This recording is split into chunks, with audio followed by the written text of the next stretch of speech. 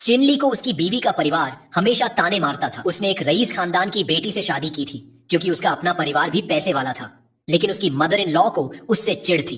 वो उसे कमजोर और निकम्मा समझती थी। मिंग हाउ नाम का एक शख्स था जिसे मदर इन लॉ ने कहा कि उसे अफसोस है कि उसने अपनी बेटी की शादी चिनली से कर दी। वो बोली, काश मैंने अपनी बेटी की शादी मिंग हाउ से की होती, जो इतना टैलेंटेड है। मिंग हाउ परिवार का दोस्त था और वो भी चिनली को बिल्कुल पसंद नहीं करता था। उसने तो चिनली को उसकी बीवी चू चिंग येन को छोड़ने के लिए पैसे तक ऑफर किए, लेकिन किसी को नहीं पता था कि चिनली कोई हारा हुआ इंसान नहीं है। पिछले 10 साल से वो चुपके चुपके ट्रेनिंग कर रहा था। ये राज सिर्फ उसके परिवार को पता था और आज वो दिन आ गया जब उसने अपनी छुपी हुई ताकत को जगा लिया। जिस दिन उसकी ताकत जागी, मिंग हाउ ने फिर से उसका मजाक उड़ाया।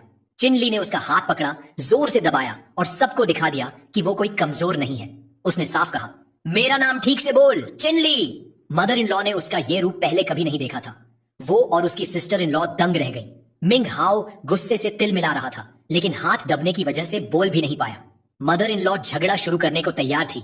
तभी चिनली का फोन बजा। फोन पर परिवार की कंपनी से बुरी खबर थी, कुछ बड़ा हुआ था। चिनली ने ध्यान से सुना क्योंकि उसकी बीवी वहां काम करती थी। उसने फोन छीन लिया और पूछा, क्या हो रहा है? ये देखकर चूतान, जो हमेशा घमंडी और बिगड़ैल थी, चुप हो गई।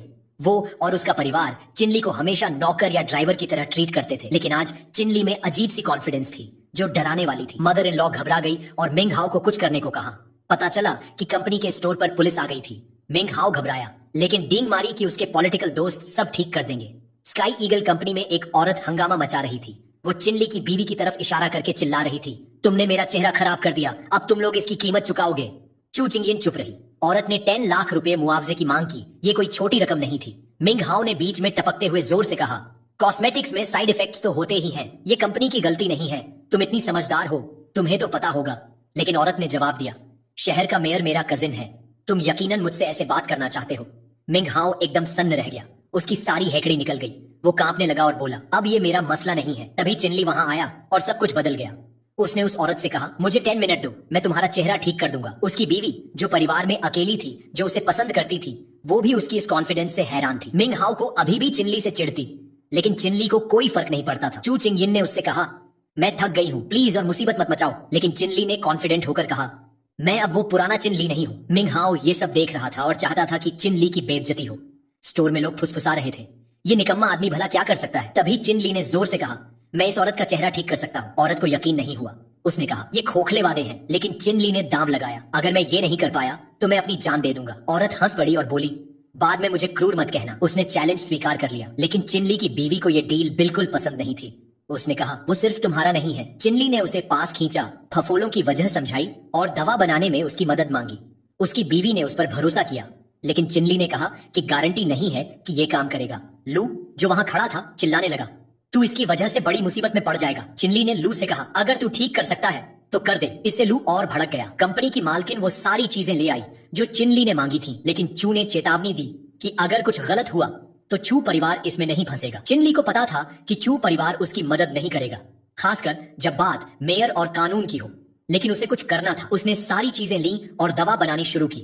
अपनी ताकत का इस्तेमाल करके उसने बोतल खोली, उसमें एनर्जी डाली, जिससे पानी गर्म हो गया। अब वो चुपचाप वाला इंसान नहीं था, वो बोलता था और काम करवाता था। जब दवा तैयार हुई, चिनली ने खुशी से चेहरा चमकाते हुए कहा, हो गया। वो उस औरत के पास गया और मुस्कुराते हुए पूछा, क्या मैं फफोलों पर यह दवा लगा सकता हूँ? लेकिन दवा की शक्ल इतनी खराब थी कि कर्मचारी उसका मजाक उड़ाने लगे। मेयर की भतीजी ने नाक बंद की और थोड़ी सी दवा चेहरे पर लगाई। चिनली ने हंसते हुए ढेर सारी दवा उसके चेहरे पर मल दी। औरत घिन से चिल्लाई और बाथरूम की तरफ भागी जैसे उल्टी करने वाली हो। लू और बाकी कर्मचारी चिनली का मजाक उड़ा रहे थे, लेकिन उसकी बीवी को अभी भी शक था कि क्या ये काम करेगा। तभी बाथरूम से मेयर की भतीजी की चीख सुनाई दी।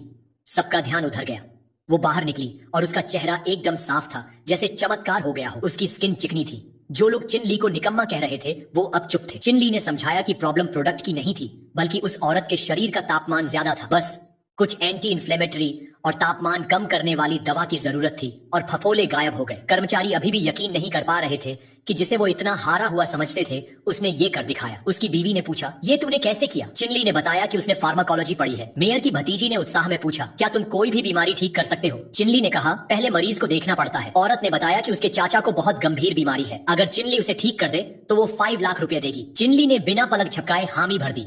उसकी बीवी को यह सुनकर झटका लगा। उसने कहा, पागल हो गए हो, तुम डॉक्टर नहीं हो, लोगों का इलाज क्या करोगे?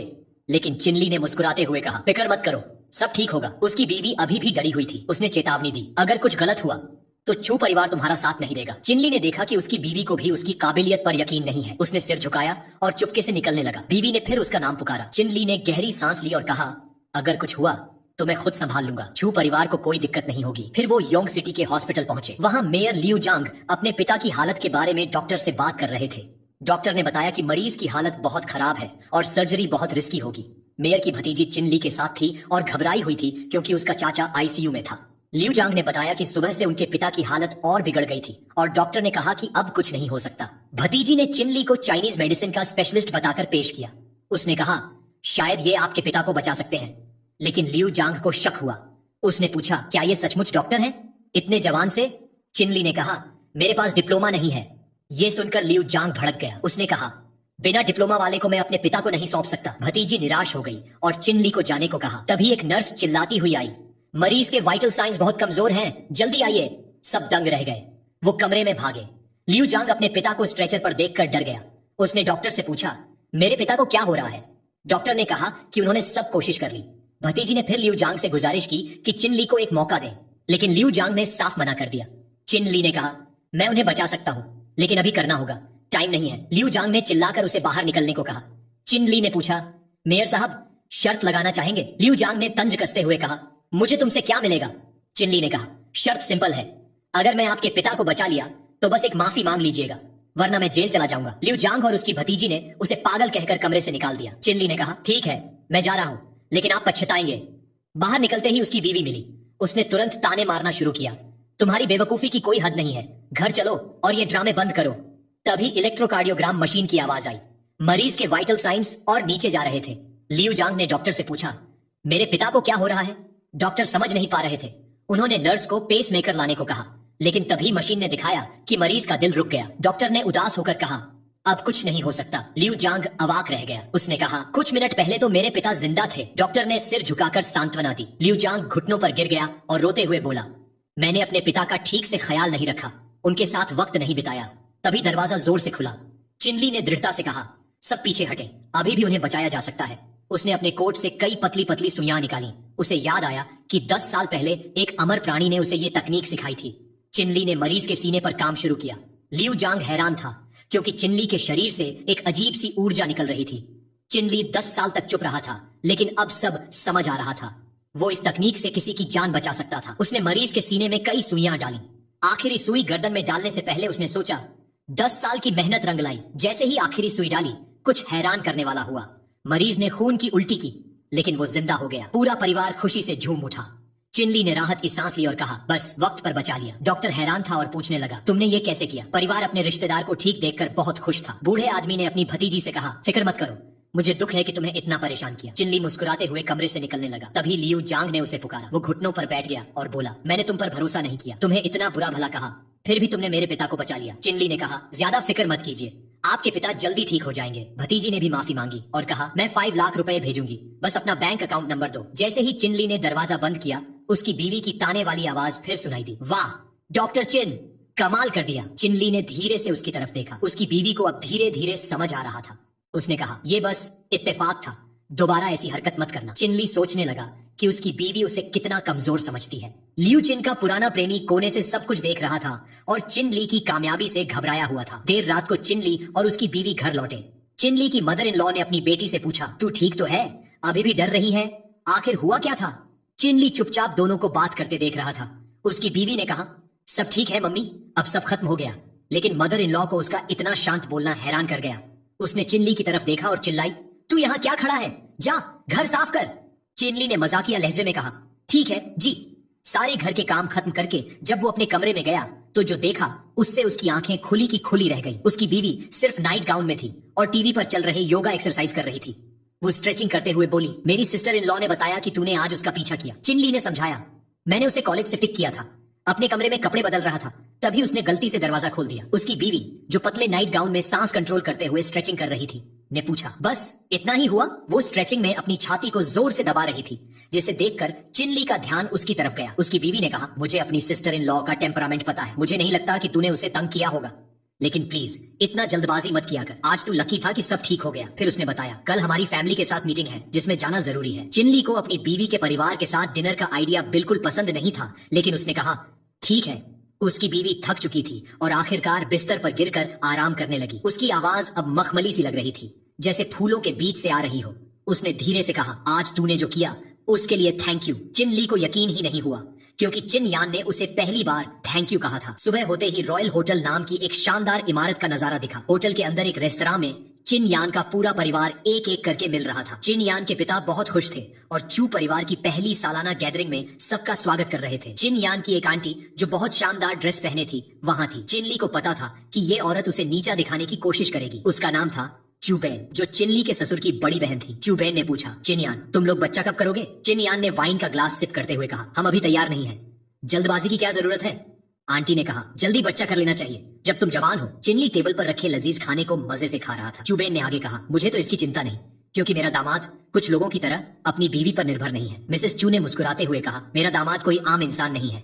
मुझे बहुत खुशी है कि उसे गवर्नमेंट में नौकरी मिली है, कुछ लोगों की तरह नहीं। लेकिन चिनली खाना खाने में मस्त था। आंटी ने हल्का सा खांसा ताकि उसका दामाद चेंग वैन कुछ बोले। चेंग वैन खड़ा हुआ और बोला, पहली फैमिली गैदरिंग में आने के लिए थैंक यू। मेरे पास अंकल के लिए एक गिफ्ट है। उसने एक खूबसूरत लाल डिब्बा दिया। चिनयान के पिता ने डिब्बा खोला तो उनकी आंखें चमक उठी। उसमें एक शानदार चीनी मिट्टी का बर्तन था। चेंग वैन ने कहा, ये मैंने 3 लाख में खरीदा है। ये युआन डायनेस्टी का है। 3 लाख बहुत बड़ी रकम थी, लेकिन वो बर्तन भी कीमती था। उस बर्तन के सामने आते ही कमरे का माहौल भारी हो गया। चिनली को उसमें से एक बुरी ऊर्जा महसूस हुई।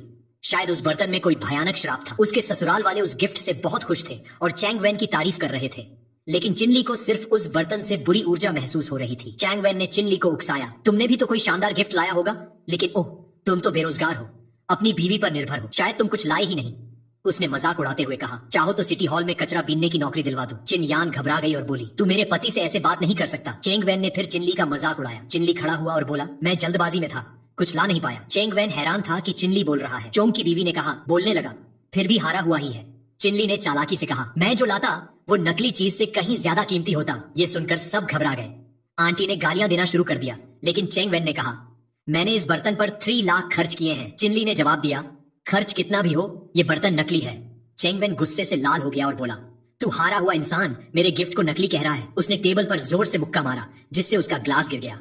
वो सोच रहा था कि चिनली ने कैसे जान लिया कि बर्तन नकली है, क्योंकि उसने दावा किया था कि कोई नहीं बता पाएगा। चिनली ने चैलेंज स्वीकार किया और बताने लगा कि बर्तन नकली क्यों है। ससुर ने चिनली को चुप रहने को कहा और उसकी बीवी ने कहा, सब परिवार वाले हैं, इतना रूढ़ मत बन। आंटी ने तंज कसा, ये बिना सबूत के इल्जाम लगा रहा है। चिनली ने पूछा, क्या तुम मानते हो कि ये बर्तन सिर्फ नकल है? उसकी बीवी ने कहा, नकली हो या असली इससे फर्क नहीं पड़ता, ये एक प्यारा जेस्चर है। आज फैमिली डिनर है, लड़ना बंद करो। तभी दरवाजा खुलने की आवाज आई। मेयर कमरे में दाखिल हुआ और पूछा, यहाँ क्या नकली है? उसके साथ एक शख्स फंग माओ था। चेंग वैन हैरान था कि मेयर यहाँ है। उसने मेयर से हाथ मिलाने के लिए हाथ बढ़ाया, लेकिन मेयर ने उसे इग्नोर करके चिनली से गर्मजोशी से मिला और बोला, मुझे नहीं पता था कि तुम यहाँ हो। चेंग वैन ने कहा, चिनली तो बस एक गूंगा इंसान है, उसे कचरे की तरह ट्रीट करना चाहिए। ये सुनकर मेयर गुस्से से लाल हो गया और बोला, ये किसने कहा? चेंग वैन ने जवाब दिया, मैं चोंग वैन, सिटी हॉल का चीफ सेक्रेटरी। मेयर ने चुपके से चिनली से पूछा, क्या तुम्हें चेंग वैन से कोई प्रॉब्लम है? चिनली ने कहा, नहीं, हम बस उस बर्तन की असलियत पर बात कर रहे थे। मेयर ने उस बर्तन को देखा और अपने साथ आए शख्स फंग माओ को बुलाया। फंग माओ ने कहा, मैंने हाल में ज्यादा मूल्यांकन नहीं किया, लेकिन नीले सफेद बर्तन मेरी स्पेशलिटी है। उसने बर्तन को ध्यान से देखा और कहा, डिजाइन और रंग शियान डायनेस्टी के लगते हैं। चिनली ने पूछा, क्या ये वाकई असली है या सिर्फ नकल? फंग माओ ने हंसते हुए चिनली के कंधे पर हाथ रखा और बोला, अब समझ आया कि मेयर तुम्हें इतना पसंद क्यों करता है।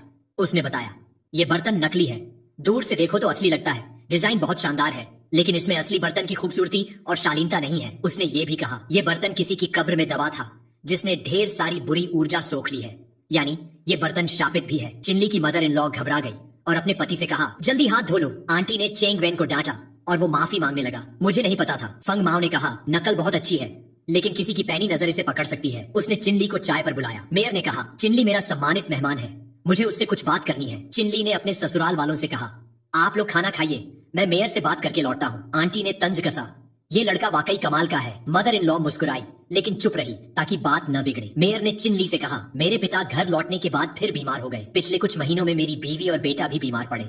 चिनली ने अपनी सारी ऊर्जा केंद्रित की और मेयर की नब्ज देखने को कहा। मेयर ने हाथ बढ़ाया और चिनली ने उसमें एक बुरी ऊर्जा महसूस की। उसने अपनी ऊर्जा से उसे खत्म किया। मेयर ने पूछा, ये क्या हो रहा है? चिनली ने कहा। फिक्र मत कीजिए, मुझे पता है क्या करना है। डिनर के बाद मैं आपके घर आऊंगा और इसे हमेशा के लिए ठीक कर दूंगा। मेयर खुश हो गया और बोला, मैं तुम्हारा इंतजार करूंगा। डिनर के बाद चिनली अपने ससुर को कार में बिठाने में मदद कर रहा था। उसने अपनी बीवी और सिस्टर इन लॉ से कहा, तुम लोग ससुर जी के साथ जाओ, मुझे थोड़ा काम है। उसकी बीवी ने तीखे लहजे में जवाब दिया। सब कार में चले गए और चिनली ने फोन निकाला। उसने जीपीएस पर मेयर का घर ढूंढा जो पास ही था। वो एक व्यस्त सड़क पर दाईं मुड़ा। जीपीएस ने बताया कि गली के आखिर में 50 मीटर बाद मेयर का घर है, लेकिन गली के बीच में लियू मिंग हाओ, चिन यान का पुराना प्रेमी, कई हथियारबंद गुंडों के साथ खड़ा था। चिनली ने गली को देखा, फिर लियू और उसके पीछे खड़े गुंडों को। गली गुंडों से भरी थी।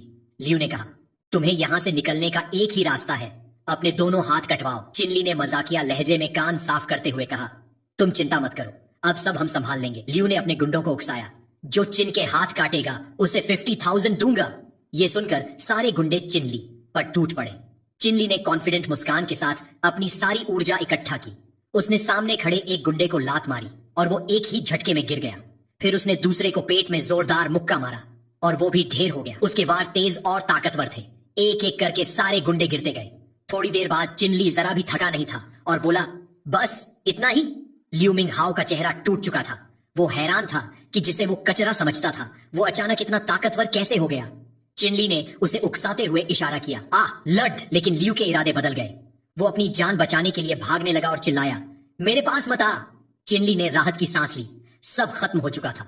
वो मेयर के घर की तरफ बढ़ा जो उसी गली के रास्ते में था। सारे गुंडे गली में बेहोश पड़े थे। दिन ढल चुका था और सूरज डूबने की वजह से आसमान रंगों से भर गया था। चिनली मेयर के घर की तरफ बढ़ रहा था जो एक शानदार हवेली थी। आखिरकार उसे सही घर मिल गया।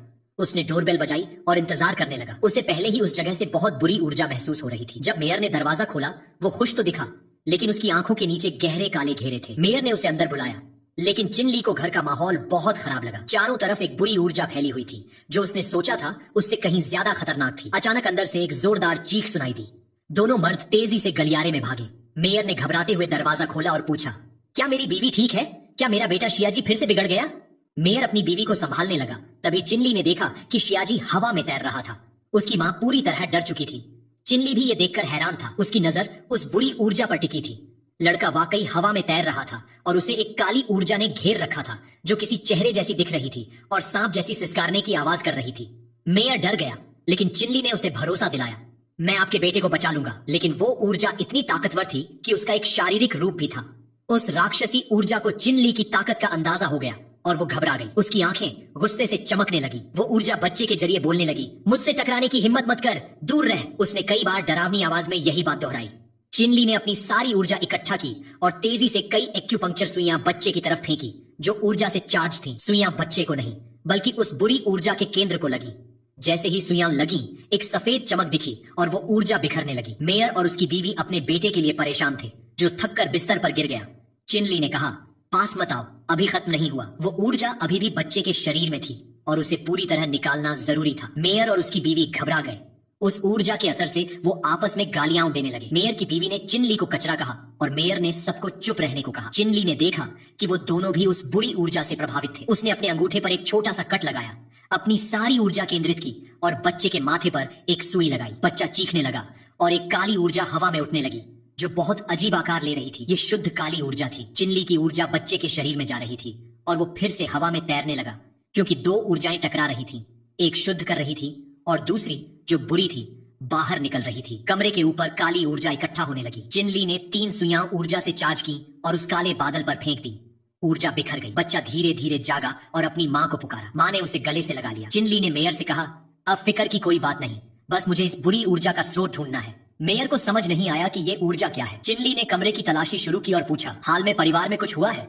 कोई गिफ्ट मिला? कमरे में कुछ नहीं मिला तो उसे लगा कि स्रोत बाहर होगा। वो मेयर के साथ घर के सामने गया।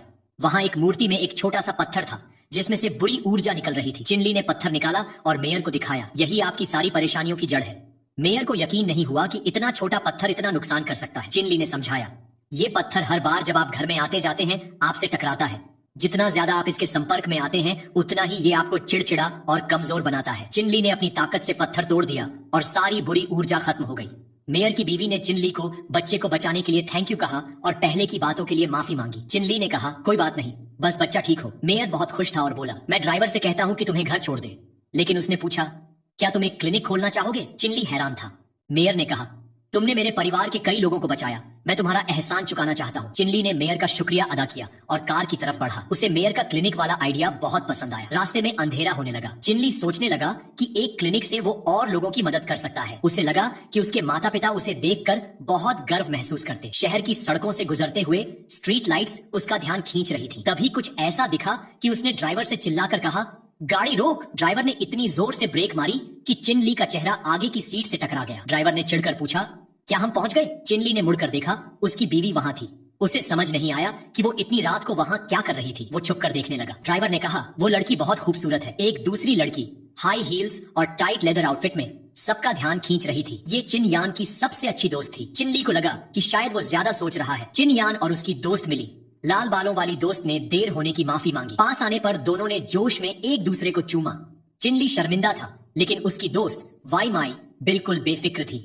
ड्राइवर हैरान था। चिनली को समझ नहीं आया, क्या उसकी बीवी किसी और लड़की के साथ धोखा दे रही थी? दोनों लड़कियां पास के एक क्लब की तरफ बढ़ी। ड्राइवर ने मुस्कुराते हुए कहा, तुम्हारी नजर अच्छी है। लेकिन चिनली ने कहा, ये वो नहीं जो तुम सोच रहे हो। उसने देखा कि चिन यान की दोस्त ने उसके कंधे पर एक अजीब सा इशारा किया। क्लब में तरह तरह की म्यूजिक, डांस और ड्रिंक्स थे। चिन यान ने अपनी पसंदीदा वाइन मांगी और कहा कि उसे अपनी दोस्त की बहुत याद आई थी। बारटेंडर ड्रिंक्स तैयार कर रहा था और दोनों बार पर बैठ गई। चिन यान ने बताया कि काम की वजह से उसे बहुत टेंशन है, इसलिए वो अपनी दोस्त से नहीं मिल पाई। दोस्त ने कहा, अब बुरी बातें मत सोच, बस मजे कर। दोनों ने ढेर सारी शराब पी और मस्ती करने का फैसला किया। कई बोतलें खुलने के बाद चिन यान नशे में थी। उसकी दोस्त ने कहा, अगर तुम्हें ये दिखावटी शादी नहीं करनी पड़ी होती तो इतना प्रेशर नहीं होता। उसकी दोस्त को चिन यान की हालत पर तरस आया। उसने एक खास ड्रिंक ऑफर किया। चिन यान ने बिना कुछ पूछे पूरा ग्लास पी लिया, लेकिन उसकी दोस्त ने अपना ड्रिंक नहीं पिया, बस उसे देखती रही। ड्रिंक खत्म होते ही चिन यान बेहोश हो गई। दोस्त ने उसे कंधे पर उठाया और दोनों सीढ़ियों से बिल्डिंग के दूसरे माले पर गई। वहां लियू मिंग हाउ, जो अभी भी चिन यान के लिए पागल था, उनका इंतजार कर रहा था। एक बड़े कमरे में उसने चिन यान को लाल बिस्तर पर लिटाया, जिसके सामने एक कैमरा था। उसकी दोस्त सब देख रही थी। लियू ने चिन यान को बिस्तर पर लिटाया और बुरी नीयत से बोला, इसमें मेरी क्या गलती? उसकी दोस्त कमरे से निकल गई और लियू ने दरवाजा लॉक कर दिया। चिन यान बेहोश थी और लियू ने उसके कपड़े और शरीर को छूना शुरू किया। कमरे के पीछे से हल्की सी सरसराहट सुनाई दी। तभी दरवाजे पर 3 बार खटखटाहट हुई।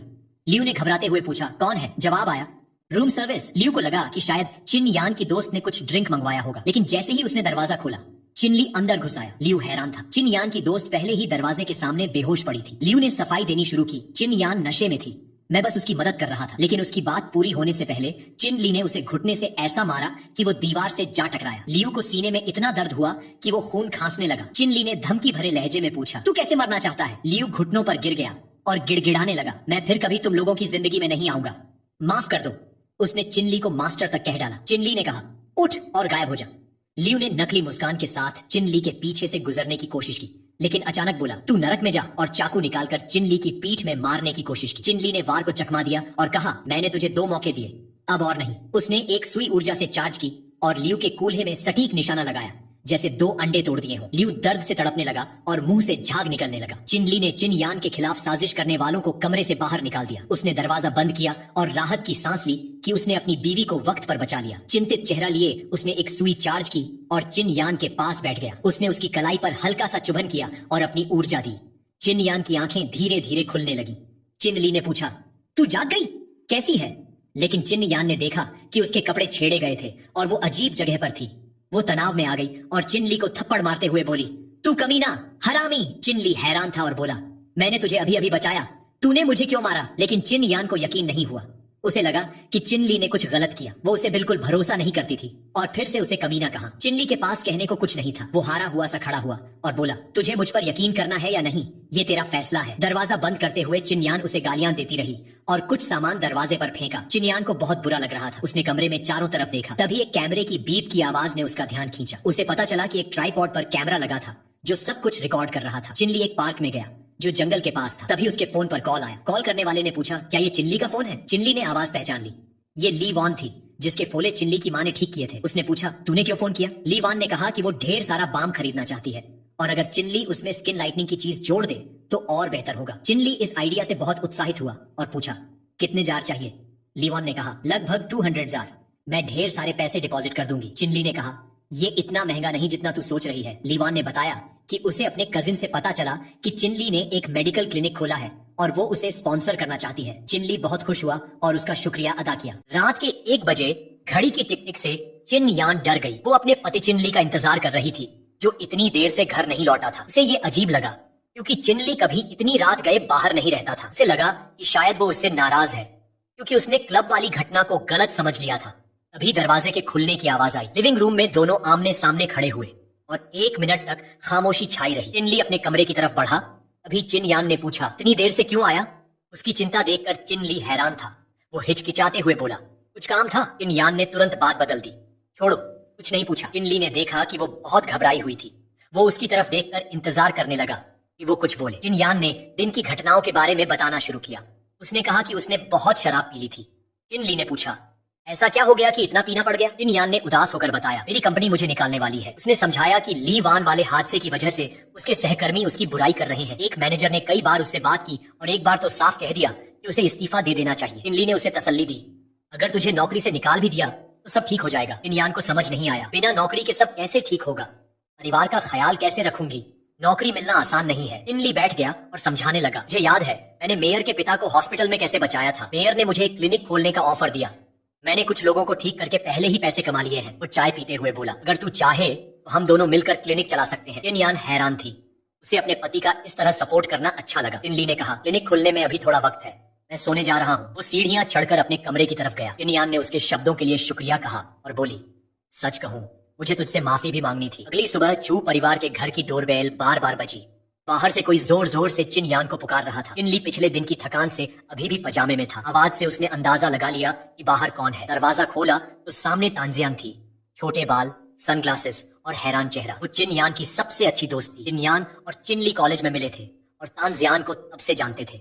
उसे अभी भी यकीन नहीं था कि चिन यान ने चिनली जैसे लड़के से शादी की। चिनली को कॉलेज के दिन याद आए जब तांजियान उससे मजाक करती थी। उस बार जब उसने चिनली के शॉर्ट्स में खुजली पाउडर डाल दिया था और वो हॉस्टल में तड़पने लगा था।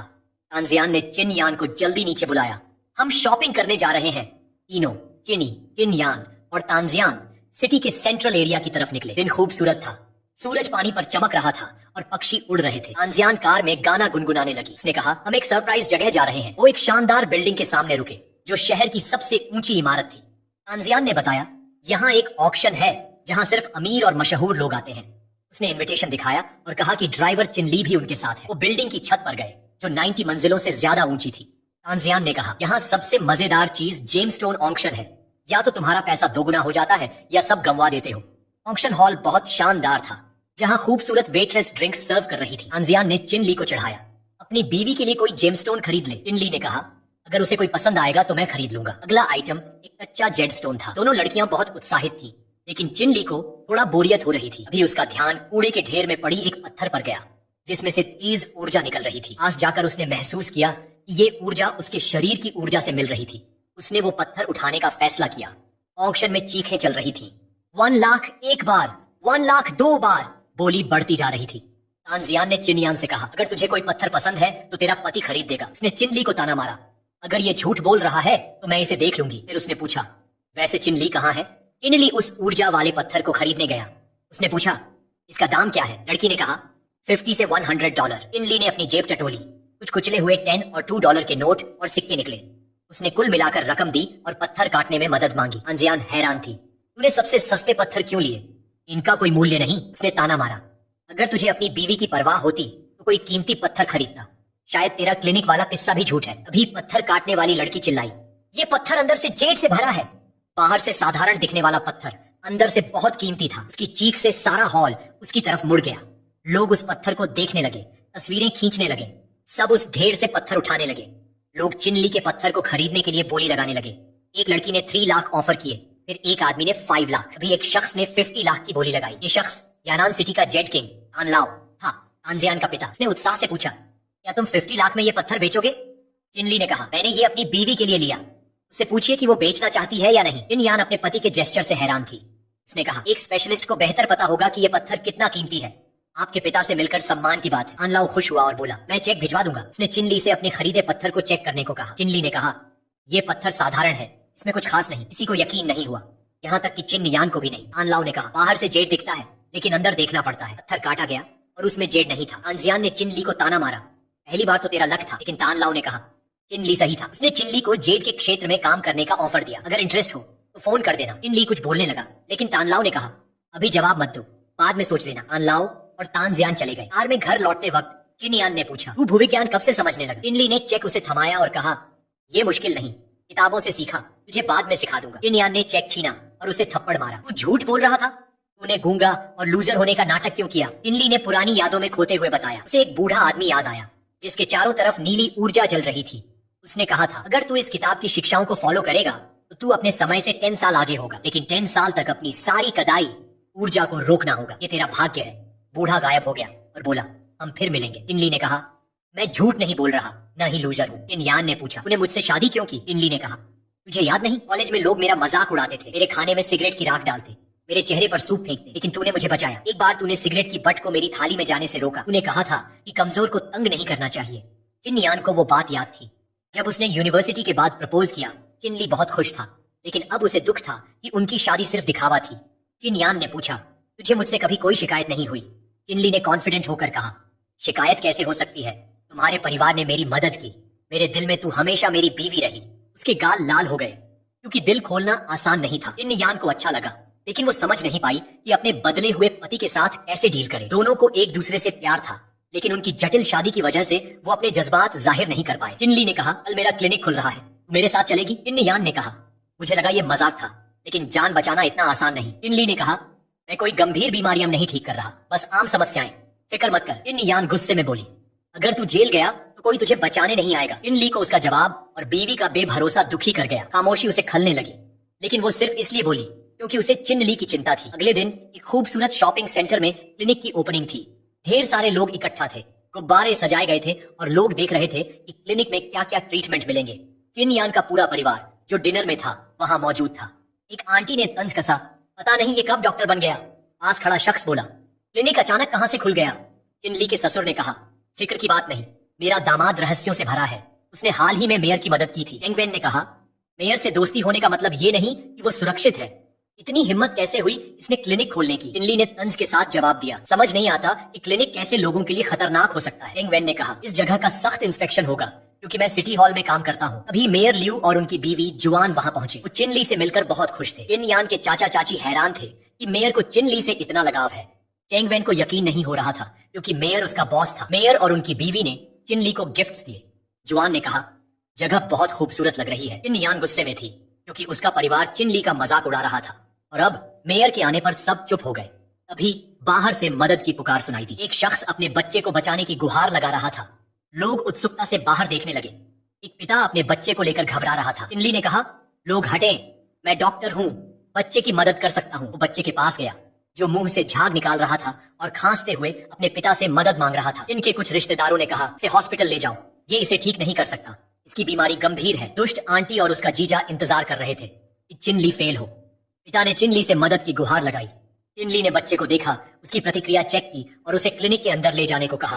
क्लिनिक के अंदर सब चिनली को गौर से देख रहे थे। वो बीमार बच्चे को स्ट्रेचर पर लिटाकर उसका इलाज शुरू करता है। बच्चे के पास बैठकर चिनली अपनी सारी ऊर्जा केंद्रित करता है।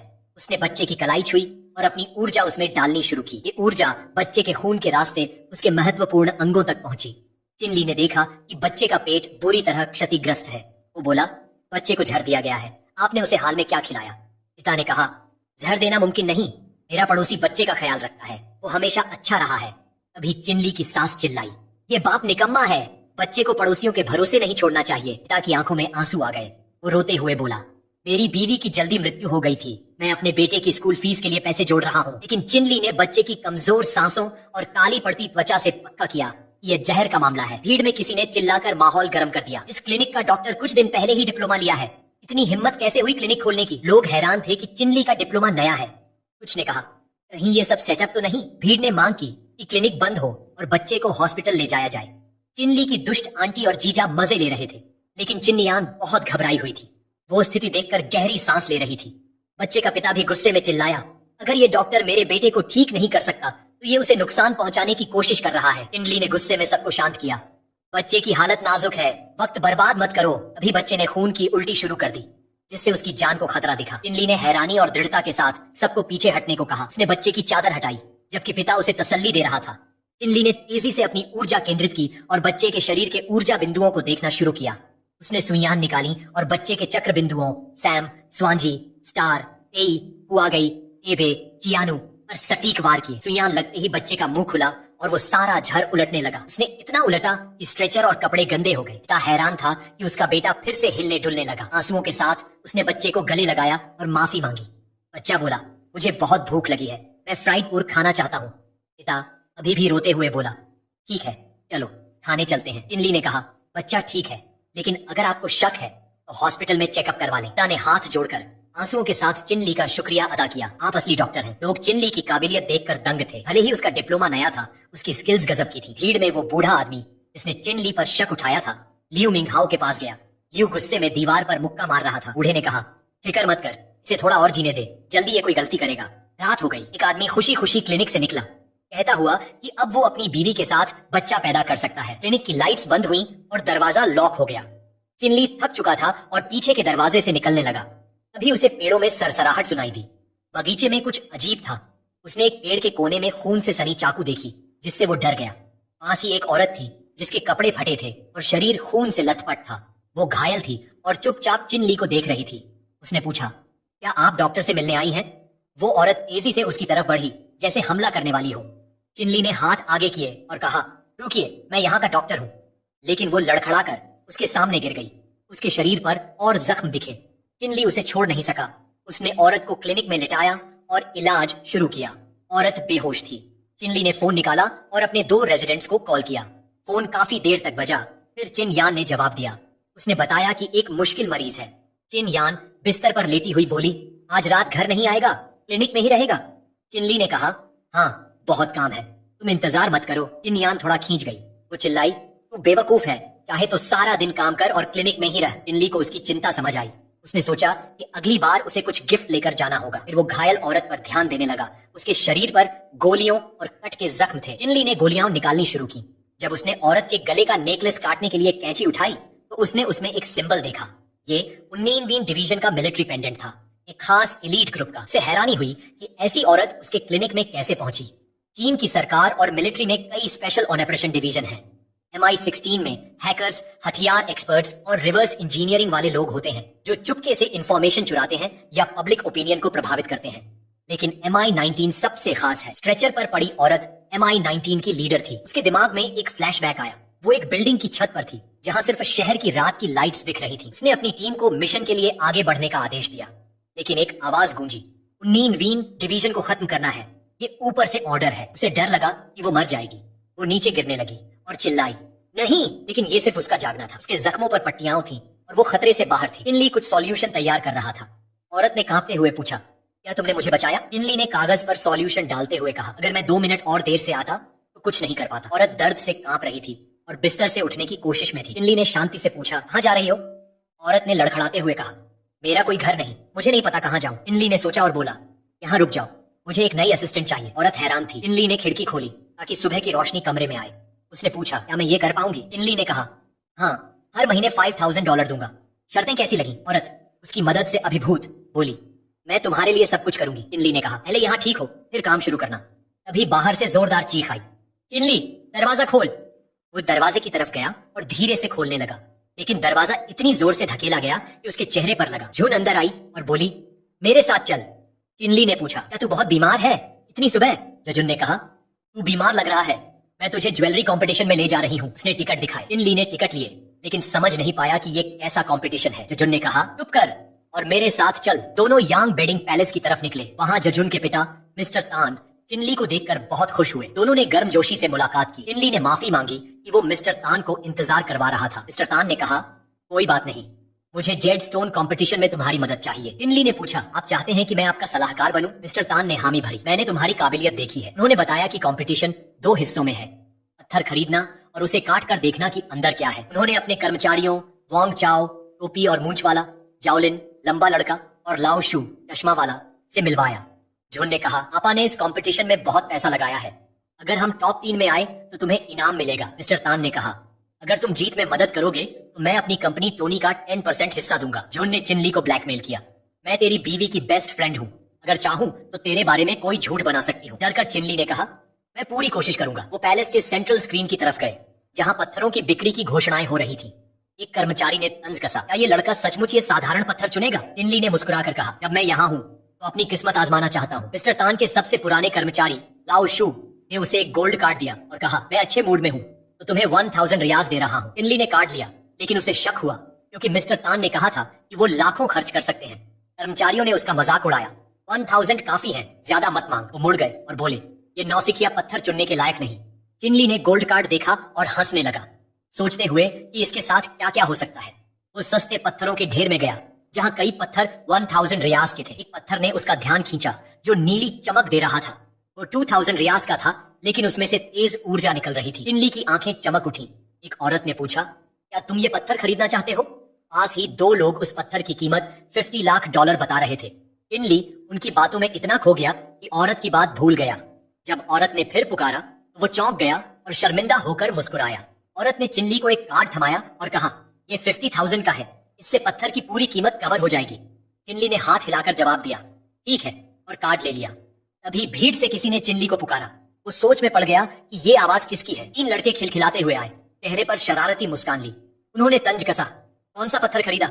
लगता है पहला इनाम तेरा ही है। हाँ लाओ, शू ने तुच्छ लहजे में कहा, घर चला जा, हर कोई मेयर तान के लिए काम नहीं कर सकता। टिनली ने कॉन्फिडेंट होकर जवाब दिया, मुझे नहीं पता कि मेरा पत्थर टॉप है या नहीं, लेकिन अगर मिस्टर तान ना होते तो मैं कोशिश भी ना करता। अभी मेयर तान वहां आए और पूछा, सबने अपने पत्थर चुन लिए?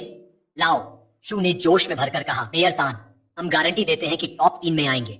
हमारे पास सबसे बेस्ट पत्थर है। तान ने सहमति में सिर हिलाया और पक्का किया कि उनके पास वाकई 2 सबसे अच्छे पत्थर हैं। वो मन ही मन सोचने लगा कि पत्थरों की सतह इतनी शानदार है तो अंदर का माल भी उतना ही कमाल का होगा। अचानक एक शख्स ने मेयर तान को पहचान लिया। ये था क्यू जोंग, जो एक लड़की की कमर थामे था। उसने मजाक उड़ाते हुए कहा, तान, फिर से जुआ खेलने की हिम्मत की? पिछली बार तो तू मुझसे हार गया था। तान ने चिढ़कर जवाब दिया, मेरा पैसा है, मैं जैसा चाहूं खर्च करूं। क्यू जोंग जोर से हंसा, उसकी आवाज में मजाक था। तान, तू इस हद तक पहुंच गया कि अब नए नए लोगों को ला रहा है। उसने तंज कसा, उन्हीं ज्वेलरी में भरोसेमंद लोग खत्म हो गए, इसलिए नौसिखियों को लाया। फिर उसने घमंड भरे लहजे में कहा, पैक पैक कर ले तान, और यांग की राजधानी छोड़ दे, इससे पहले की और बेइज्जती हो। उसने ठहाका मारते हुए कहा, यांग में तेरी कोई जगह नहीं, वापस चला जा। आओ, शू ने तान को तसल्ली दी, मेयर तान, ये मामला मुझे सौंप दो, मैं क्यू जोंग को कुचल दूंगा। जेट कॉन्टेस्ट आधिकारिक तौर पर शुरू हुआ। होस्ट शिनरान ने जोरदार आवाज में कहा, सब ध्यान दो। कॉन्टेस्ट में ढेर सारे प्रतियोगी थे। सब तैयार होने के बाद शिनरान ने उत्साह से ऐलान किया, अब स्टोन गैम्बलिंग का हिस्सा शुरू होता है। जेट कॉन्टेस्ट की होस्ट थी शिनरान। उसने सभी प्रतियोगियों को स्टेज पर बुलाया और तैयार होने को कहा। मेयर तान ने घबराते हुए चिनली से पूछा, तेरे खरीदे पत्थर कहाँ हैं? चिनली ने जवाब दिया और वो पत्थर दिखाए जो सिर्फ 20,000 के थे। तीनों लड़के जोर से हंस पड़े। लाओ, शू ने मजाक उड़ाया, इस कचरे को दिखाने की हिम्मत? मिस्टर तान ने मन में सोचा, इस कचरे से क्या कीमत मिलेगी, ये तो बकवास है। उसे चिनली की काबिलियत पर शक होने लगा। उसने सोचा कि शायद वो चिनली के बारे में गलत था। चिनरान ने चौंकाने वाला ऐलान किया, पहला पत्थर काटा गया और ये पूरा हरा है। दूसरा पत्थर भी खूबसूरत ग्लास रॉयल ग्रीन से भरा था। पत्थरों की बोली शुरू हुई और बड़े बड़े नंबर एक के बाद एक आने लगे। बोली शुरू हुई 30 मिलियन से, फिर 45 मिलियन तक चली गई। लाओ शू हैरान था। कॉन्टेस्ट अभी शुरू हुआ और बोली इतनी ऊंची। कॉन्टेस्ट अभी शुरू ही हुआ था, लेकिन पहले से ही गजब का जोश था। चिनरान ने बताया कि टॉप कीमतें 63 मिलियन से 42 मिलियन तक थीं। फिर उसने आखिरी प्रतियोगी की बारी बताई, मेयर तान के पत्थर। तान ने अपने पत्थर इस कॉन्टेस्ट के लिए खरीदे थे। लाओ शू 2 बड़े पत्थर लेकर स्टेज पर गया। वो घबराहट और बेचैनी में डूबा था। उम्मीद कर रहा था कि तान के पत्थर हरे निकले। दर्शकों में उत्साह की लहर दौड़ गई। सब पत्थरों के अंदर के खजाने का इंतजार कर रहे थे। मेयर तान का चेहरा चिंता से भरा था। वो बेचैन होकर टहल रहा था, सोच रहा था कि पत्थरों में क्या होगा। दूसरी तरफ चिनली शांत था, मन में बड़बड़ाते हुए कि लाखों डॉलर बर्बाद हो गए। पत्थर काटे गए और भीड़ में सांसें थम गई। सब हरे रंग की चमक की उम्मीद कर रहे थे, लेकिन निराशा की लहर दौड़ गई। पत्थरों के अंदर सिर्फ बेकार चट्टान थी। होस्ट और बाकी लोग हैरान थे, इतना महंगा पत्थर बेकार कैसे हो सकता है? 5 मिलियन की रकम बर्बाद हो गई थी। भीड़ हंसने लगी, मेयर तान की बुराई करने लगी। शिनरान भी दंग थी। उसे यकीन नहीं हो रहा था कि इतना महंगा पत्थर कुछ भी नहीं निकला। उसने निराश होकर कहा, टोनी ज्वेलरी का प्रतियोगी पूरी तरह निराशाजनक रहा। ये पैसों की बर्बादी थी। तान के दिमाग में बस यही था, सब खत्म। वो शर्मिंदगी में डूब गया। शिनरान ने आंखों में उम्मीद की चमक के साथ कहा, शायद अभी मौका है, एक पत्थर बाकी है। मेयर तान ने चिनली को और शर्मिंदगी से बचाने के लिए उसे रोकने की कोशिश की। चिनली ने मुस्कुराते हुए पत्थर काटा। उसे पता था कि इस बार ये बेकार नहीं होगा। पत्थर कटा और अंदर था इंपीरियल ग्रीन। शिनरान ने कहा, इतना साधारण सा पत्थर और इंपीरियल ग्रीन। सबको लगा था कि पहला पत्थर बेकार होने के बाद सब खत्म हो गया। लाओ। शू को यकीन नहीं हुआ कि 20,000 का पत्थर अंदर से पूरा हरा निकला। उसने कहा, चिनली बस लकी बास्टर्ड है। मेयर तान अपने ख्यालों में खोया था, अफसोस करते हुए कि अगर 5 मिलियन चिनली के हाथ में होते तो टोनी ज्वेलरी की जीत पक्की थी। शिनरान हैरान थी। चिनली को जेड काटते देख सोच रही थी कि ये पागल है और उसकी हरकतें समझ से बाहर है। मेयर तान खुद को रोक नहीं पाया और खड़ा होकर चिल्लाया, चिनली जेड काटना बंद कर। लेकिन चिनली पर कोई फर्क नहीं पड़ा। वो अपने काम में डूबा रहा। तान अब उस चीज को देखकर दंग था जो होने वाली थी। चिनली ने आखिरी पत्थर को ड्रामेटिक अंदाज में काटा। शिनरान की आवाज कांप रही थी। उसने ऐलान किया, इस जेड में जेड है और ग्रीन जेड के अंदर ब्लड जेड।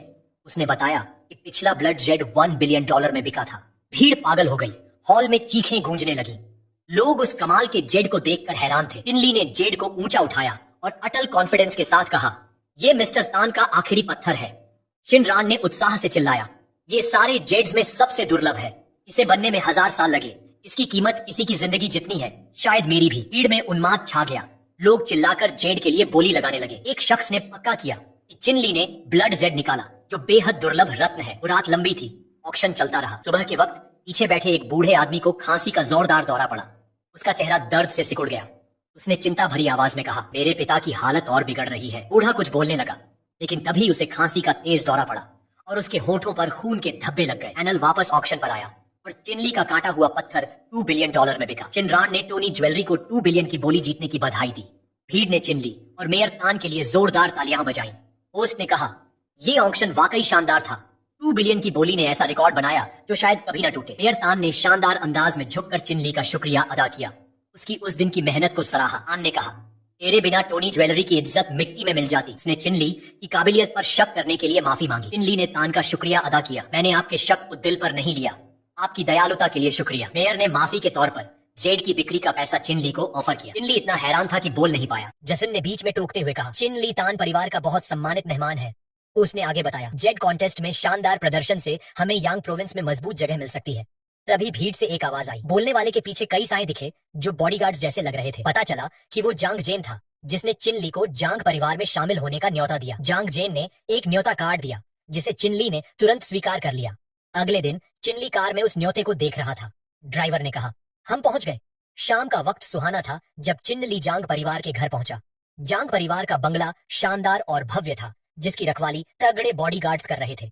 चिनली उस विशाल घर को देखकर इतना हैरान हुआ कि उसने फोन से तस्वीर खींच ली। एक गार्ड उसे घर के चारों ओर ले गया। गार्ड ने दरवाजा खटखटाया और यंग मास्टर को बताया कि चिनली, जिसे उन्होंने बुलाया था, आ गया। जांग जैन, यंग मास्टर ने दरवाजा खोला और गर्मजोशी से स्वागत किया। उसने चिनली के जेड कॉन्टेस्ट के प्रदर्शन की तारीफ की और कहा, तुमने मेरी आंखें खोल दी। चिनली ने उत्सुकता से पूछा, इतनी रात को बुलाने की वजह क्या है? जांग जेन हंसा और बोला, कोई खास वजह नहीं, बस कुछ जानना चाहता हूँ। वो चिनली के जेड कॉन्टेस्ट के फैसले से प्रभावित था। उसने पूछा, तुमने पहला जेड क्यों काटा? क्या तुम्हें पता था कि उसमें ब्लड जेड है? चिनली ने ईमानदारी से जवाब दिया, जब मैंने जेड को छुआ तो उसमें से गर्मी निकल रही थी। वो अजीब एहसास था जिसने मुझे शक में डाला, इसलिए मैंने उसे काटा। जेन को उसका जवाब मजेदार लगा। उसने कहा, मेरे लिए एक और जेड ढूंढ दो। तभी जांग गू की खांसी ने बात तोड़ दी। गू को गंभीर बीमारी थी। चिनली का ध्यान गू की खांसी की तरफ गया और वो जवाब देने में हिचकिचाया। गू ने चिनली की नजर को भांप कर पूछा, क्या मैं अजीब लग रहा हूँ? चिनली ने चिंता जताई, आपकी हालत नाजुक है, अगर इलाज न हुआ तो बुरा हो सकता है। गू हैरान था कि चिनली को इतनी मेडिकल नॉलेज है। चिनली ने कहा, मैंने हाल ही में क्लिनिक खोला है, क्या मैं आपकी नब्ज चेक कर सकता हूँ? जांग जेन ने बीच में टोका, तुम ट्रेडिशनल मेडिसिन के प्रैक्टिशनर हो? यकीन नहीं होता। गू ने अफसोस जताया कि ढेर सारी कोशिशों के बावजूद उनकी बीमारी का इलाज नहीं मिला। चिनली की विशेषज्ञता देखकर गू ने उसे चेक करने की इजाजत दी। चिनली ने अपनी आंतरिक ऊर्जा को गू के शरीर में प्रवाहित किया। उसे पता चला कि एक खतरनाक ऊर्जा गू की जीवन शक्ति को निगल रही थी। चिनली ने अपनी ऊर्जा बढ़ाई और गू को जकड़े हुए नकारात्मक जादू को हटाया। 1 घंटे की गहन जांच के बाद गू को अपनी हालत में सुधार महसूस हुआ।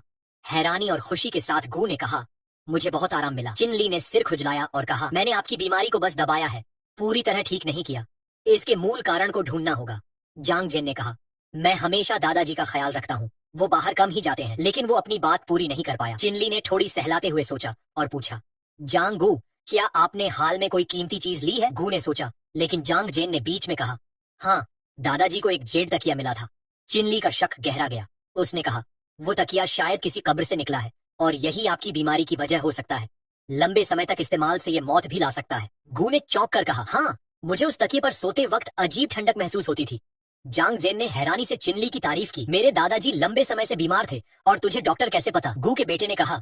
चाहे तू ब्लड जेड ढूंढे या ना ढूंढे, जांग परिवार तेरी हर मांग पूरी करेगा।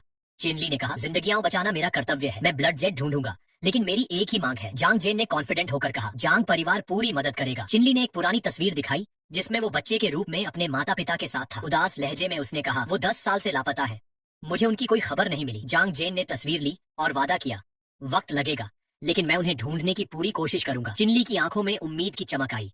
उसने कहा, मैं तुम पर भरोसा करता हूँ। बदले में चिनली ने वादा किया कि वो ब्लड जेड ढूंढेगा और जांग जेन को भेजेगा।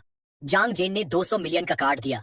ये अग्रिम भुगतान है, ब्लड जेड मिलने पर मैं और आभारी रहूंगा। चिनली ने कार्ड लिया, जांग से हाथ मिलाया और वादा किया कि वो जल्दी लौटेगा। जांग ने उसकी मांग के लिए शुक्रिया कहा। जांग जेन को चिंता सताने लगी कि अगर जांग परिवार अपनी पुरानी शोहरत वापस पा ले तो भविष्य क्या होगा। अगली सुबह चिनली नींद में चूर क्लिनिक लौटा। उसने कहा, अच्छा है, वापस आ गया। क्लिनिक को मेरे गैर हाजिरी में देखने वाला चाहिए। क्लिनिक में एक मरीज पहले से इंतजार कर रहा था। कहता हुआ कि उसे हाल में सिर दर्द हो रहा है। चिनली अभी आधा जगा हुआ बड़बड़ाया, मेरे साथ आ, तुझे चेक करता हूँ। तभी पीछे से जोरदार आवाज आई, मिस्टर तांग बहुया, हमारे परिवार के संस्थापक आज क्लिनिक आएंगे। उस शख्स ने कहा, कोई मौका न छोड़े, क्वालिटी की गारंटी है। चिनली के साथ वाला बूढ़ा मरीज चौंका और बोला, मिस्टर तांग, वो तो शहर के सबसे बड़े ट्रेडिशनल चाइनीज डॉक्टर हैं। मिस्टर तांग ने मजाक उड़ाते हुए कहा, बिल्कुल, हमारा सदी पुराना मेडिकल स्कूल किसी और क्लिनिक से मुकाबला नहीं कर सकता। बूढ़ा मरीज दौड़कर मिस्टर तांग के पास गया और बोला, मैं आपके मरीज के तौर पर साइन अप करूंगा। मिस्टर तांग ने बूढ़े को चिनली की नकली दवाओं के बारे में झूठ बोला। बूढ़ा हैरान था, मैं तो चिनली का मरीज बनने वाला था। चिनली डरावने चेहरे के साथ उनके पास आया और बोला, मिस्टर तांग, तुमने मेरे बारे में झूठ फैलाने के नतीजों के बारे में नहीं सोचा। बूढ़ा और तांग ने घबराई नजरों से एक दूसरे को देखा। तांग ने कांपती आवाज में कहा, मैंने तो बस कहीं सुना था। तभी एक और बूढ़ा बीच में आया। चिनली, तांग जैसे नौसिखिए से बहस मत कर। वो तांग के चाइनीज मेडिसिन स्कूल का मालिक था। उसने कहा, मैं दशकों से प्रैक्टिस कर रहा हूँ। आजकल के नौजवान अपने आप को ट्रेडिशनल मेडिसिन प्रैक्टिशनर कहते हैं, यकीन नहीं होता। उसने बीमार बूढ़े से कहा, मैं तुम्हें ठीक करूंगा। बीमार बूढ़े ने अपनी टोपी हटाई और उसका सिर गोल गोल इन्फेक्शन से भरा था। शर्मिंदगी के साथ उसने पूछा, क्या आप इसे ठीक कर सकते हैं? तांग के मालिक को यकीन नहीं हुआ। मेरे दशकों की प्रैक्टिस में मैंने ऐसा रोग पहली बार देखा। वो घबरा कर इलाज ढूंढने लगा। चिनली ने बीच में कहा, इस रोग का सही इलाज गर्म सुई से है। अगर गलत तरीके से इलाज हुआ तो ये जानलेवा हो सकता है। तांग के मालिक ने गुस्से में चिल्लाया, तू मुझे बीमारी ठीक करना सिखाएगा? उसने इन्फेक्शन में सुई चुभाई, लेकिन चिनली ने चिल्लाकर रोका, रुक, ये वायरल हर्पीज का एक प्रकार है, इसे ऐसे नहीं चुभा सकते। सुई चुभते ही बूढ़ा मरीज जमीन पर गिर गया और दर्द से चीखने लगा। तांग का मालिक हक्का बक्का था। वो बूढ़े को उठाने दौड़ा, लेकिन चिनली को अपने मरीज के पास नहीं आने दिया। चिनली का गुस्सा फट पड़ा। उसने तांग के मालिक को जोरदार थप्पड़ मारा और कहा, तुम जैसे लोग जो मरीजों को औजार समझते हैं, डॉक्टर कहलाने लायक नहीं। चिनली की आंखें सिकुड़ गईं। उसने एक सुई उठाई और अपनी ऊर्जा उसमें डाली। वो बड़बड़ाया, जीवन ऊर्जा बिगड़ गई है। उसे नहीं पता था कि बूढ़े को बचाने में देर हो चुकी है या नहीं। जहर फैल चुका था जिससे इलाज मुश्किल था। तांग के मालिक की गलत सुई ने हालत और बिगाड़ दी थी। ठंडक बूढ़े के दिल तक पहुंच गई थी, उसकी जीवन शक्ति को खत्म कर रही थी। चिनली के पास अब कोई और रास्ता नहीं था। उसने जोखिम भरा तरीका अपनाया। अपनी हीलिंग ऊर्जा को केंद्रित करते हुए उसने बूढ़े के हर बुलबुले जैसे इन्फेक्शन को एक एक करके सुई से चुभाया। बीमारी को जड़ से खत्म किया। इलाज पूरा होने पर उसने राहत की सांस ली। बूढ़े की हालत सुधर रही थी। चिनली ने तांग के मालिक की तरफ देखा और गुस्से में कहा, तुमने ट्रेडिशनल चाइनीज मेडिसिन की बेइज्जती की। मालिक का चेहरा गुस्से से लाल हो गया। उसने चिनली को गाली दी, बास्टर्ड, तू मुझे चैलेंज कर रहा है? चिनली मुड़ा। उसकी आंखों में मजा था, जैसे उसे मालिक की बातें मजेदार लग रही हों। चिनली ने तांग के मालिक को चुनौती दी, जिंदगियां बचाने की बात है, जो पहले गलती करेगा वो हमेशा के लिए ट्रेडिशनल चाइनीज मेडिसिन छोड़ देगा। दोनों की आंखें आपस में टकराईं, जैसे कोई अनकहा चैलेंज हो। माहौल में एक अजीब सा जोश था। चिनली ने कॉन्फिडेंट मुस्कान के साथ बिना हिचक चुनौती स्वीकार की। चैलेंज के दिन भारी भीड़ जमा थी। हर कोई इस अनोखे तमाशे को देखने उत्सुक था। भीड़ में खुसर पुसर थी। लोग सोच रहे थे कि इतनी भीड़ किस लिए। एक शख्स ने बताया, चिनली का क्लिनिक यांग चेंग के मशहूर डॉक्टर से मुकाबला करने जा रहा है। दोनों अपनी हीलिंग स्किल्स दिखाएंगे। बीमारियों के इलाज का ये चैलेंज था। भीड़ में उत्साह की लहर थी। हर कोई ये देखने को बेताब था कि जीत किसकी होगी। सूरज ढलने लगा, लंबी परछाइयां पड़ रही थीं। चैलेंज शुरू हुआ। चिनली अपने मरीजों का इलाज करने को तैयार था, जबकि यांग चेंग का डॉक्टर अपनी लाइन में उम्मीद भरे मरीजों को देख रहा था। यांग चेंग के क्लिनिक के आंगन में मरीजों की लंबी कतार थी। हर कोई मशहूर डॉक्टर से इलाज की आस में था। चिनली के एक मरीज ने खुशी से उसकी तारीफ की, आपके इलाज के बाद मैं बहुत बेहतर हूँ। चिनली के बाकी मरीज भी उसकी कला देखकर हैरान थे। उन्हें यकीन नहीं था कि इतना जवान डॉक्टर इतनी गहरी समझ रख सकता है। यांग चेंग का डॉक्टर, जिसे 3 दशक से ज्यादा का तजुर्बा था, बोला, मुझे अपनी मास्टरी के लिए सालों लगे, लेकिन चिनली ने शुरू से ही बिना गलती के कमाल दिखाया। यांग चेंग के डॉक्टर ने चिनली की काबिलियत से प्रभावित होकर अपने एक असिस्टेंट को चिनली के पास भेजा। वो अगले मरीज की जांच करने जा रहा था, लेकिन उसे एक अजीब और जटिल बीमारी दिखी। उसका चेहरा हैरानी और डर से भर गया। चिनली के पास भेजी गई असिस्टेंट अब उसकी लाइन में थी। उसके पीछे खड़े मर्द उसकी खूबसूरती पर फिदा थे। उसने बताया कि उसे हाल में चक्कर और सीने में सूजन की शिकायत है, लेकिन उसकी बातों में शक था, जैसे वो चिनली की काबिलियत को जांच रही हो। उसने चिनली का हाथ पकड़ा और सीने पर रखने की कोशिश की। बोली, मुझे दर्द बर्दाश्त नहीं हो रहा। चिनली ने उसका हाथ हटाया और कहा, पहले नब्ज चेक करता हूँ, फिक्र मत कर। उसने अपनी कुशल उंगलियों से नब्ज देखी, उसका लय महसूस किया। असिस्टेंट ने भरोसे के साथ उसका हाथ सहलाया, पूरी जांच के लिए उकसाया। उसकी नब्ज स्थिर थी, अंग भी सही जगह थे, कोई बीमारी नहीं लगी। तभी यांग चेंग के डॉक्टर की तरफ से एक तेज चीख सुनाई दी। एक मर्द जमीन पर गिरकर तड़प रहा था, उसके मुंह से झाग निकल रहा था। यांग चेंग के असिस्टेंट्स दौड़े, उसकी हालत पूछने लगे। वो सीपीआर देने लगे। कुछ ने एम्बुलेंस बुलाई। यांग चेंग का डॉक्टर हक्का बक्का था। उसे डर लग रहा था कि चिनली शायद उस मरीज को बचा ले, जबकि वो बेबस था। यांग चेंग की लाइन के मरीजों ने उसकी नाकामी देखी और उस पर भरोसा खो दिया। वो चिनली के क्लिनिक की तरफ भागने लगे, मानते हुए कि वो ज्यादा भरोसेमंद है। असिस्टेंट ने ये बदलाव देखा और एक प्लान बनाया। उसे लगा कि उसे जल्दी कुछ करना होगा। अचानक उसने चक्कर आने का नाटक किया और गिर पड़ी। अगला मरीज चिल्लाया, इसे तुरंत इलाज चाहिए। यांग चेंग का डॉक्टर हिम्मत जुटाने की कोशिश में था। उसने चिनली को चेतावनी दी, घमंड मत कर, अब तेरे पास भी एक मरीज गिरा है। वो चाहता था कि अगर चिनली इस औरत को ठीक न कर पाया तो चैलेंज ड्रॉ हो जाए। चिनली ने औरत के नाटक को भांप लिया। उसने एक लंबी नुकीली धातु की छड़ी उठाई और कहा, ये एकमात्र तरीका है। उसने चेतावनी दी कि गलत जगह चुभने से औरत को नुकसान हो सकता है। जैसे ही चिनली ने काउंटडाउन शुरू किया, औरत घबरा गई। उसका नाटक अब असल डर में बदल रहा था। वो तनाव नहीं झेल पाई, खड़ी हुई और शर्मिंदगी से हंसते हुए बोली, मैं बीमार नहीं हूँ, मुझे डॉ तांग ने भेजा था। उसने चिनली से जाने देने की गुजारिश की। चिनली ने विजयी अंदाज में तांग को कहा, तुम हार गए, तुम अपने मरीज को ठीक नहीं कर पाए। तांग का बूढ़ा डॉक्टर गुस्से में चिल्लाया, मैं यांग चेंग का मशहूर डॉक्टर हूँ, यूनलू जांग को भी मेरे सामने झुकना पड़ा। उसने चिनली को घूरा, नफरत भरे लहजे में कहा, कौन सा डॉक्टर चालबाजी से मुकाबला जीतता है। चिनली की चालबाजी की बात ने तांग की साख पर सवाल उठाए। बूढ़े डॉक्टर की आवाज गुस्से से कांप रही थी। उसने बदला लेने की कसम खाई, ये दिन तुझे हमेशा याद रहेगा। एक सुबह चिनली ने लैब कोट उतारा। उसका दिमाग अभी भी उस टकराव में उलझा था। तभी वो लड़की जिसे उसने बचाया था सामने आई। उसकी आंखें गुस्से से चमक रही थीं। उसने पूछा, उस बूढ़े का हिसाब कर दूं? चिनली ने उसकी तरफ देखा, तू ठीक तो है ना? लड़की ने उसकी चिंता की तारीफ की और कहा, मैं ठीक हूँ, जरूरत पड़े तो बोल, मैं मदद करूंगी। चिनली ने कहा, मेरे क्लिनिक में तू पूरी तरह ठीक हो जाएगी, कुछ दिन बाद एक काम है। तभी उसका फोन बजा। दूसरी तरफ एक लड़की बोली, मिस्टर जांग ने मुझे रॉ जेम्स के सोर्स की जानकारी देने को कहा। अगले हफ्ते यांग शेंग में कीमती पत्थरों की डिलीवरी होगी। उसने कहा कि एक और बात है जो चिनली के लिए फायदेमंद होगी। चिनली उत्सुक हुआ और बोला, मिलकर बात करते हैं। लड़की ने शॉवर से निकलकर मैसेज भेजा, जिसमें मुलाकात का समय और जगह थी। तांग बोविल के घर में टीवी पर खबर चल रही थी कि यांग शेंग में हुए मेडिकल मुकाबले में तांग चाइनीज मेडिसिन के मालिक तांग बोविल हार गए और मेडिकल फील्ड छोड़ रहे हैं। तांग परिवार की भारी आलोचना हो रही थी। खबर से गुस्साए तांग ने स्टाफ को टीवी बंद करने को कहा। तभी दरवाजे से एक आवाज आई, मिस्टर तांग है? तांग ने चिढ़कर कहा, यहाँ तुम्हें कुछ नहीं मिलेगा। बाहर वाले ने एक डील की पेशकश की, मैं चिनली से बदला लेने में मदद कर सकता हूँ। तांग ने उसे अंदर बुलाया। जब तांग ने उस शख्स को देखा तो उसका मुंह खुला रह गया। वो ल्यू मिंगहाओ था। उसने एक कागज थमाते हुए कहा, मैं ही चिनली से बदला ले सकता हूँ। तांग ने कागज देखा और चौंक कर पूछा, ये प्रिस्क्रिप्शन क्या है? बाहर बादल छाए थे। चिनली ने अपनी असिस्टेंट से पूछा, ताजी हवा में टहलने चलेगी? इससे रिकवरी में मदद मिलेगी। उसने उम्मीद जताई कि वो उसका दिया काम पूरा करेगी। असिस्टेंट ने टहलने से मना किया और कहा, मैं ठीक हूँ, तुम्हारा काम करूंगी। चिनली ने चेहरा खुजलाया, बस एक अपार्टमेंट खरीदना है। एक धूप भरे दिन दोनों टहलने गए। चिनली ने अचानक लियांग किंग को फोन किया। वो उसे देख रही थी, इंतजार कर रही थी कि वो क्या कहेगा। चिनली ने पूछा, तूने ट्रेनिंग कब शुरू की? तेरे माता पिता के बारे में बता। किंग ने ठंडे लहजे में कहा, मैं 3 साल की उम्र से ट्रेनिंग कैंप में थी। माता पिता की कोई याद नहीं। चिनली को एक फ्लैशबैक याद आया, लियांग किंग चाकू पकड़े हुए। उसे किंग की मुश्किल जिंदगी पर तरस आया। उसने कहा, जमीन पर सोना छोड़ दे। किंग ने तुरंत हामी भरी। तभी गली में हलचल हुई। एक एंटीक दुकान ने चिनली का ध्यान खींचा। उसने एक पुराना जंग खाया खंजर उठाया। लियांग किंग ने पूछा, इसे खरीदेगा? दुकानदार ने कहा, यह खंजर मुझे संयोग से मिला, $500 में दूंगा। चिनली ने कीमत मानी और खंजर लिया। किंग ने पूछा, इसमें क्या खास है? चिनली ने लाइटर निकाला और खंजर को आग के ऊपर रखकर अपनी जादुई ऊर्जा डाली। आग ने जंग की परतें हटाई और खंजर की चमकदार डिजाइन सामने आई। किंग हैरान थी। चिनली ने खंजर उसे दे दिया। पसंद आया? ये तेरा है। किंग ने खुशी से शुक्रिया कहा। तभी चिनली का फोन बजा। दूसरी तरफ सिसकियों की आवाज थी।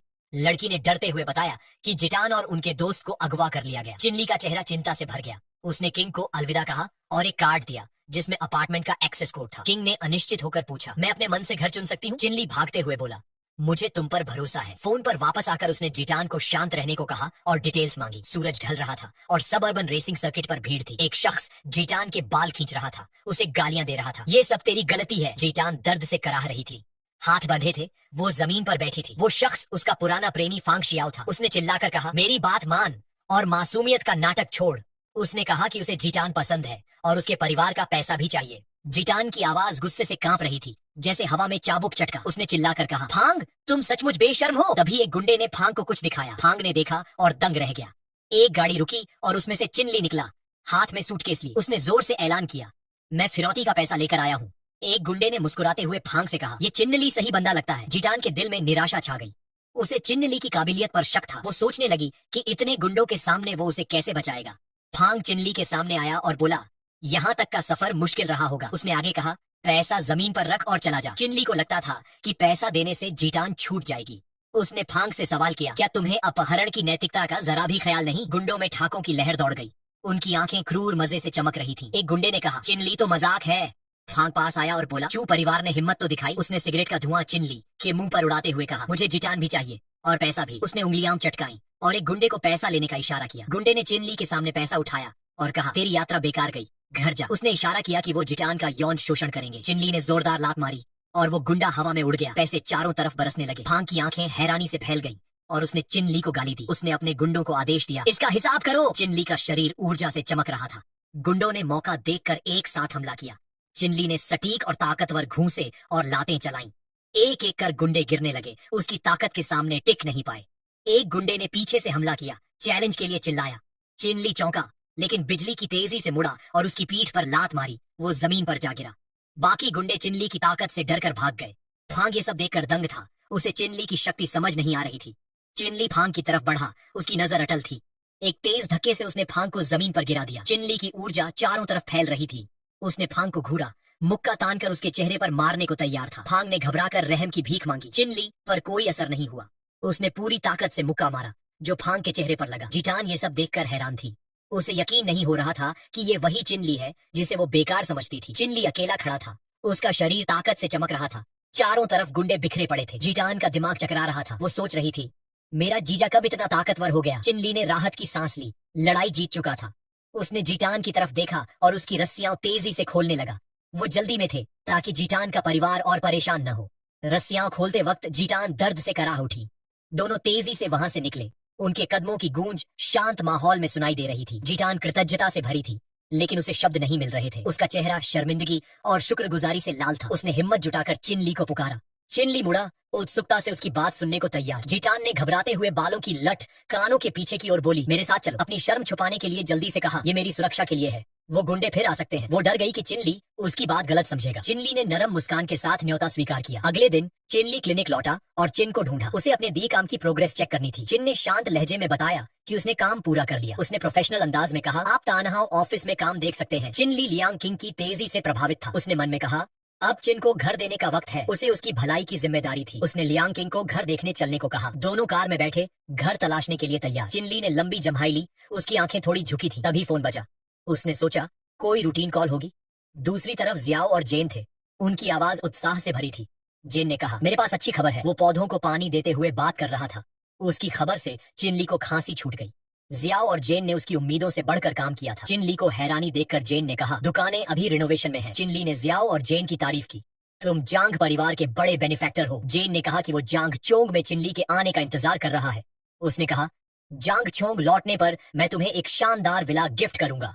चिन्नली ने विनम्रता से मना किया, पैसे बर्बाद मत करो, मैंने पहले ही विला खरीद लिया। चिन्नली और उसकी असिस्टेंट स्काई वन विला पहुंचे। स्टाफ ने गर्मजोशी से स्वागत किया।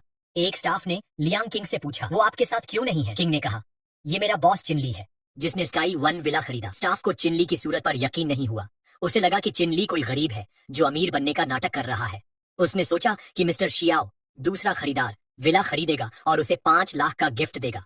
उसने झूठ बोला, आपका विला बिक चुका है, डिपॉजिट लौटा देंगे, चले जाइए। किंग ने विरोध किया, हमने पहले डिपॉजिट दिया था। स्टाफ ने तंज कसा, विला किसी सम्मानित शख्स के लिए है। चिन्नली और किंग गुस्से में थे। चिन्नली ने पूछा, चियानहाओ की विश्वसनीयता कितनी है? स्टाफ ने फिर भेदभाव किया, तुम इस विला के लायक नहीं। तभी एक औरत ने बीच में टोका, क्या स्टाफ ने सच कहा? वो थी जांग चुक्शु। उसने स्टाफ के दावे को चैलेंज किया कि चियानहाओ सिर्फ ऊंचे रुतबे वालों के लिए है। स्टाफ घबराई, अपनी बात वापस लेना चाहती थी। चुक्शू ने गुस्से में स्टाफ को थप्पड़ मारा और कहा, मिस्टर चिनली हमारे सबसे सम्मानित मेहमान हैं। चुक्शू ने चिनली से परिचय दिया। मैंने आपको जांग जोंग के घर देखा था, मैं वही हूँ जिसने रॉ स्टोन्स के बारे में फोन पर बात की थी। उसने स्टाफ की बदतमीजी के लिए माफी मांगी। चिनली ने कहा, कोई बात नहीं। स्टाफ थप्पड़ से हकी बक्की। चिनली और चुक्शू की जान पहचान देखकर हैरान थी। चिनली ने निराशा भरे लहजे में कहा, ऐसा फिर मत करना। स्टाफ ने जमीन पर बैठे बैठे माफी मांगी। चिनली ने कहा, हम तब तक नहीं लौटेंगे जब तक विला की सारी औपचारिकताएं पूरी ना हो। स्टाफ ने फिर माफी मांगी और विला की व्यवस्था खुद देखने का वादा किया।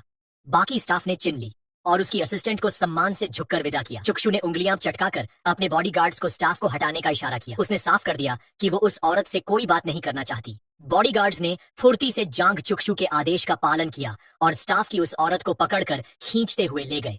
उसके चेहरे पर निराशा और अविश्वास साफ झलक रहा था। उसी दिन दोपहर में चिनली के क्लिनिक के बाहर हंगामा मच गया। पुलिस वाले और चिंतित मरीजों की भीड़ इकट्ठा थी। एक औरत जिसके चेहरे पर गंभीर चोटें थीं, भीड़ के बीच खड़ी थी। उसकी आवाज गुस्से से भरी थी। उसने क्लिनिक पर नकली दवाएं बेचने का इल्जाम लगाया। कहा कि उसकी सूरत बिगड़ने की वजह यही दवाएं हैं। कई और औरतें जिनके चेहरे भी वैसी ही खराब हालत में थे, उसकी बात का समर्थन करने लगी। वो चिल्ला रही थीं कि चिनली की दवाओं ने उनके चेहरे बिगाड़ दिए। सबने मिलकर चिनली को बेईमान, धोखेबाज और मरीजों की परवाह न करने वाला ठहराया। चिनली जब क्लिनिक पहुंचा तो वहां का माहौल देखकर दंग रह गया। भारी भीड़ थी और उसे समझ नहीं आया कि इतना हंगामा क्यों मचा है। उस औरत ने चिनली को देखते ही उंगली उठाकर चिल्लाया, यही वो धोखेबाज डॉक्टर है जिसने नकली दवाएं बेची। भीड़ ने चिनली की तरफ गुस्से और अविश्वास भरी नजरों से देखा। औरत ने और जोर से चिल्लाकर उसकी गिरफ्तारी की मांग की। चिनली पूरी तरह हैरान था। उसने उस औरत को देखा जो बार बार नकली दवाओं का जिक्र कर रही थी। उसने पूछा, कौन सी नकली दवाएं? औरत ने चिल्लाकर कहा कि चिनली के स्किन केयर प्रोडक्ट्स ने उसका चेहरा बर्बाद किया। चिनली ने ठोड़ी सहलाते हुए सोचा और उसे अचानक ख्याल आया, ये वही स्किन केयर प्रोडक्ट्स थे जो उसने लियू वॉन को दिए थे। शायद उसे कोई सुराग मिले। और औरतें जिनके चेहरे भी खराब थे चिनली पर धोखेबाजी का इल्जाम लगाने लगी। वो कह रही थी कि उसने उनकी खूबसूरती की चाहत का फायदा उठाया, पैसा लूटा और चेहरों पर स्थायी निशान छोड़ दिए। सबने पुलिस से चिनली की गिरफ्तारी की मांग की। एक पुलिस वाला आगे आया। उसकी आवाज सख्त थी, चिनली हमारे साथ चलो। लियू वॉन और चिन ने तुरंत चिनली को बचाने के लिए आगे कदम बढ़ाया। पुलिस वाले